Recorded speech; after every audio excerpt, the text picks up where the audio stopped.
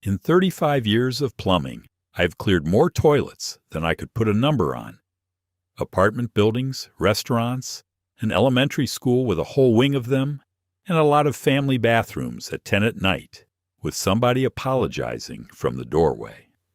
And in all of those years, I've never once had to clear the toilet in my own house. Not a single time. That has nothing to do with luck, and there is nothing special about the toilet I own. It came off a shelf at a home center like everybody else. What I have is a habit that takes about 30 seconds a month, handed to me by an older plumber named Ray, my first year on the job. So if your toilet backs up every couple of weeks, if the plunger has earned a permanent spot on the floor beside the bowl, this one is for you. Stay with me to the end, because there is one test that costs nothing and tells you whether the toilet is even the thing that needs fixing. Let me start with what happens when you push that handle, because once you see it, the rest of this makes sense. Your toilet has no motor in it, no pump, no impeller, nothing electric anywhere in that fixture. Everything it does with the weight of the water in the tank and the shape of the porcelain underneath. When you push the handle, a rubber flapper lifts off a hole in the bottom of the tank, and about 1.5 gallons falls into the bowl in a couple of seconds. Now look at where that water goes, because it does not just pour in over the top. It comes in through a row of small holes tucked up under the lip of the bowl, angled so the water sweeps around and down, and plumbers call those the rim jets. On a lot of toilets, there is also a bigger opening at the front of the bowl floor aimed straight at the drain, and that one is the siphon jet. Behind the bowl, hidden inside the porcelain, there is a curved channel that climbs up, bends over, and heads down toward your drain line. That is the trapway, shaped like a hook, holding a couple of inches of standing water at all times, which is what keeps sewer gas out of your bathroom. Now for the part that matters. A flush works on a siphon, the same trick as running a garden hose from a full fish tank down to the driveway. Once water fills that entire curved channel with no air pocket left, gravity on the downhill side grabs hold and pulls everything behind it, and the bowl empties in one hard gulp. You have heard that gulp your whole life without knowing what it was. And to start a siphon, the water has to arrive fast. Speed does the work, not volume. If 1.5 gallons enters that bowl in 2 seconds, the trapway packs solid and the siphon fires. If that same 1.5 gallons dribbles in over 8 seconds, the bowl just rises and drains and no siphon ever starts. Same water, completely different outcome. So what slows the water down? 2 things, and both of them are quiet. The first is mineral scale. If you live anywhere with hard water, and a large share of American homes do, every gallon running through your house carries dissolved calcium and lime. That water sits in a warm, damp channel, evaporates a little, and leaves the minerals behind. Year after year, a thin crust grows inside those rim jets, closing them from the edges, the same way a shower head that used to spray straight ends up shooting one sideways stream at your ear. I have pulled toilets 18, 19 years old where the rim jets were down to pinholes. With buildup in there, you could see like coral. The homeowner figured the thing was old and worn out. Nothing was worn out. The water could not get into that bowl fast enough to do its job anymore. The second thing is the water level in the tank, and this one you can check in about 4 seconds. Take the lid off your tank and look at where the water sits. There is a tall, skinny tube standing up in there with an open top, and that is the overflow tube, a safety drain so that if the fill valve fails, water runs down it into the bowl instead of over your floor. In a healthy tank, the water line sits about 1 inch below the top of that tube, and many tanks have a molded mark showing where it belongs. Tanks drift low for ordinary reasons. A fill valve gets older and shuts off early. Somebody adjusted the float down years ago to save water. Somebody dropped a brick in there, back when that was popular advice. Or a slow flapper leak keeps pulling the level down between flushes. Drop that water line 2 or 3 inches and you have taken a real bite out of the flush, because half a bucket does not start a siphon.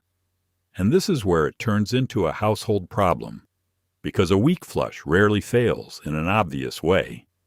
It carries the easy material through and leaves the heavy material parked in the bend of the trapway, and every flush after that adds to it.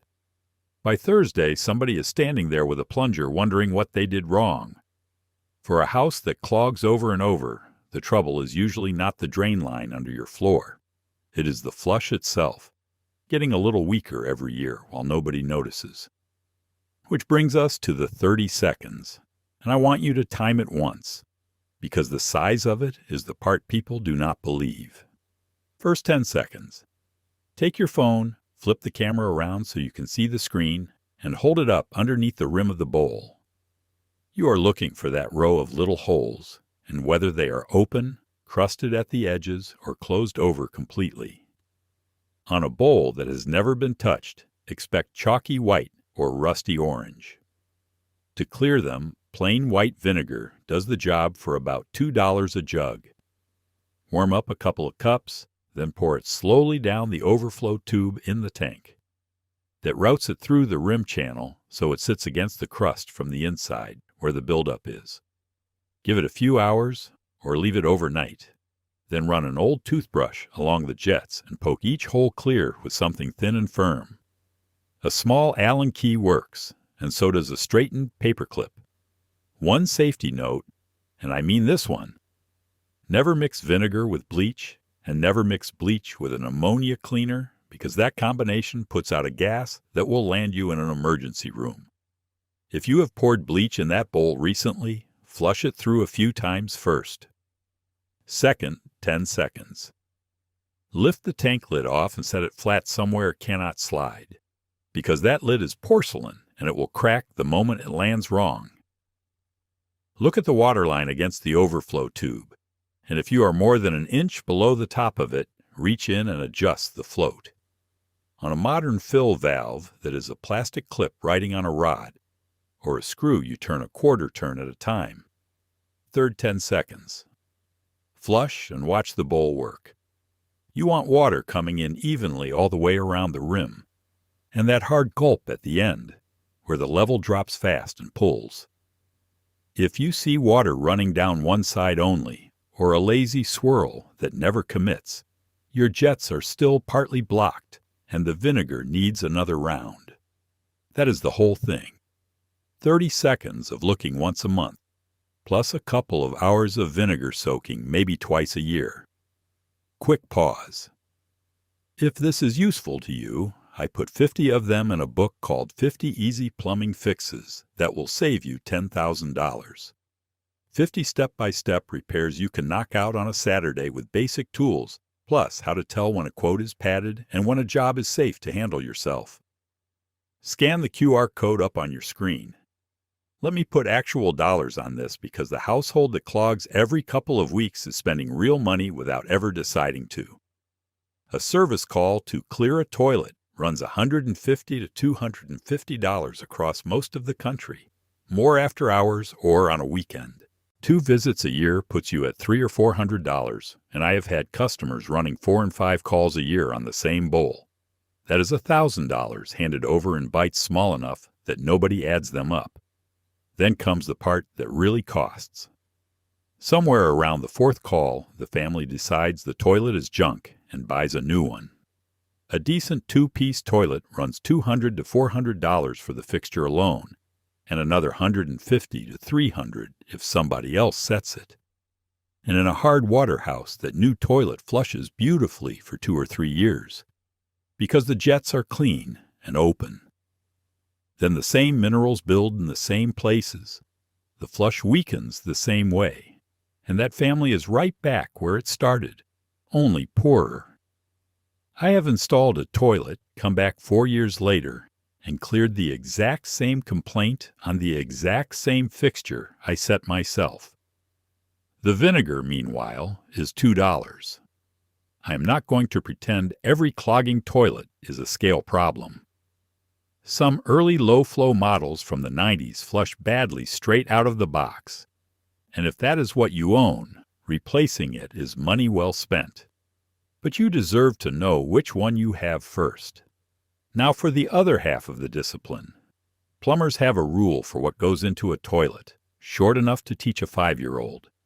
The 3P rule, which is pee, poop, and paper. Everything else goes in the trash, which is why there is a small covered trash can within arm reach of every toilet in my house. I know how that sounds, but look at what a toilet honestly is. A fixture engineered to move soft material that falls apart in water through a curved channel about 2 inches wide, using 1.5 gallons of push. Toilet paper is manufactured to lose its strength the moment it gets wet. Nearly everything else in your bathroom is built to do the opposite. Which brings me to the wipes. I want to be blunt, because this is the single biggest change I have watched in this trade in 35 years. Wet wipes, the ones sold in a plastic tub right next to the toilet paper, are the most destructive thing a homeowner can put down a toilet, and a lot of them carry the word flushable right on the front. That word means almost nothing. There is no law standing behind it and no test it has to pass. A wipe can be labeled flushable if it goes down when you flush it, and that is the entire bar. It says nothing about what happens after. Independent testing has run these products through dispersal and disintegration trials, moving them the way a real sewer system would, and the results are ugly. Wipes marketed as flushable come out the far end in one piece, still strong enough to pick up with 2 fingers. The material is engineered for strength when wet, because a wipe that fell apart in your hand would be useless. So it goes down your bowl, through your trapway, and out into the line under your yard, where it snags on any rough edge, any root intrusion, any little offset at a pipe joint. Then it grabs the next one, and then the grease that came out of your kitchen sink. Utility crews call the result a fatberg, and they pull them out of city sewers in chunks the size of a car. New York City alone spends in the neighborhood of $19 million a year on the equipment damage and clearing work that wipes cause. That is one city, and you pay for it in your water bill, whether you flush them or not. And notice how the two halves fit together. A strong flush moves the occasional mistake right on through, while a weak flush turns every mistake into a clog. A wipe hangs up in the trapway of a weak flushing toilet, catches paper behind it, and now you are plunging on a Tuesday night. The same goes for paper towels, cotton pads, dental floss, and cat litter of any kind. All of it belongs in the trash. All right, let me walk you through what is sitting in my bathroom, because the tools matter as much as the habits, and there are only 3. The first is the right plunger, and this is where a lot of honest effort gets wasted. Go look at yours. If it is the classic red rubber dome, a smooth round cup on a wooden stick that is a sink plunger, built to seal against the flat bottom of a sink or a tub, it cannot seal the curved outlet inside a toilet bowl. People work that thing for 20 minutes with water going everywhere and nothing happening, because they never had suction to begin with. What you want is a flange plunger. It looks similar, but a soft rubber sleeve folds down out of the middle of the cup and seats itself into the toilet drain. Now you have a closed system, and every push and pull moves water instead of air. $10 to $15 at any hardware store. The second thing in my bathroom is a bottle of food coloring, which sounds ridiculous in a plumbing video. Once a year I check the flapper, the rubber piece at the bottom of the tank that seals the flush hole. Rubber ages. It goes stiff, it warps, it wears a groove where it sits, and it starts letting a trickle past. That is the silent leak, and it earns the name, because the water goes straight from the tank into the bowl and down the drain with no sound, no puddle, and no sign except your bill creeping upward. The test takes a minute. Put 10 or 12 drops of food coloring into the tank. Then walk away and do not flush for 15 minutes. Come back and look in the bowl.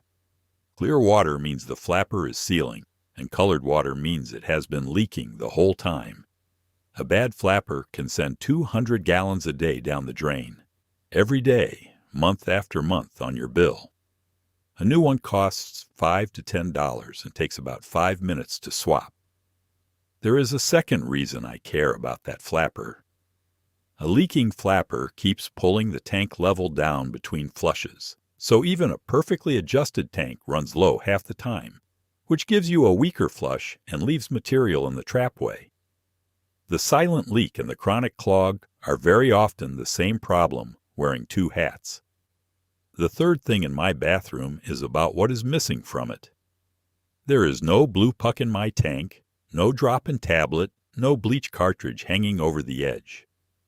Those tablets dissolve bleach into the tank water around the clock, and that tank is full of rubber and soft plastic.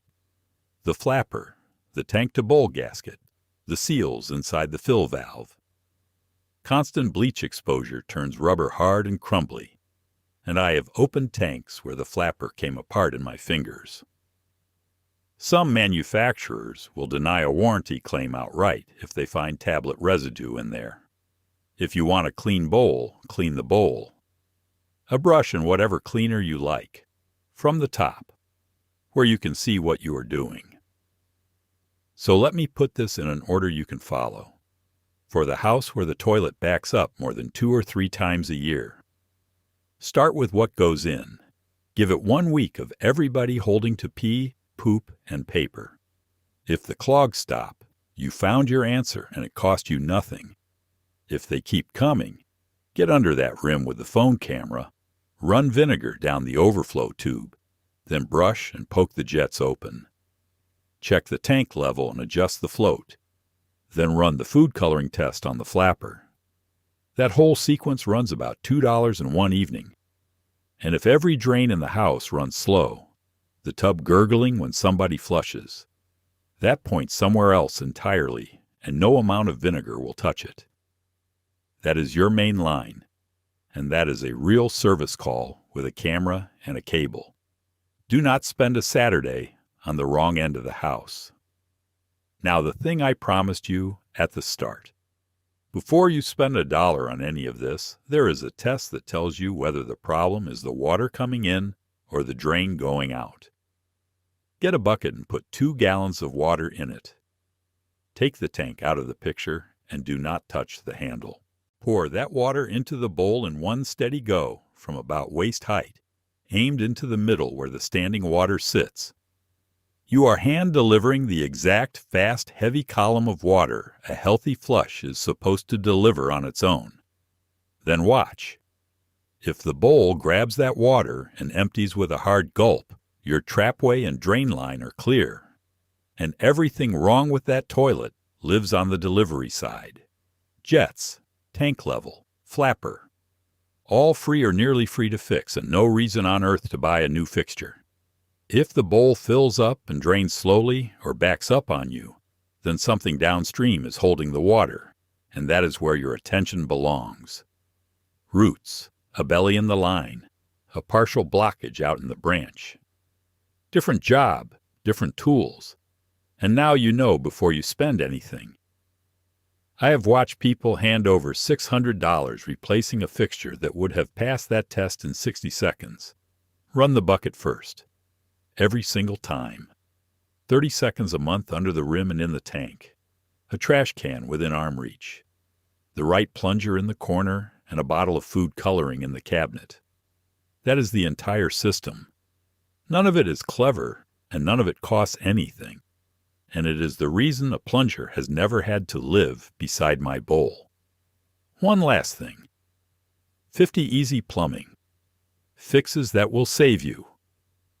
$10,000 pays you back across the whole time you own the house, one small catch at a time, before it turns into a midnight emergency.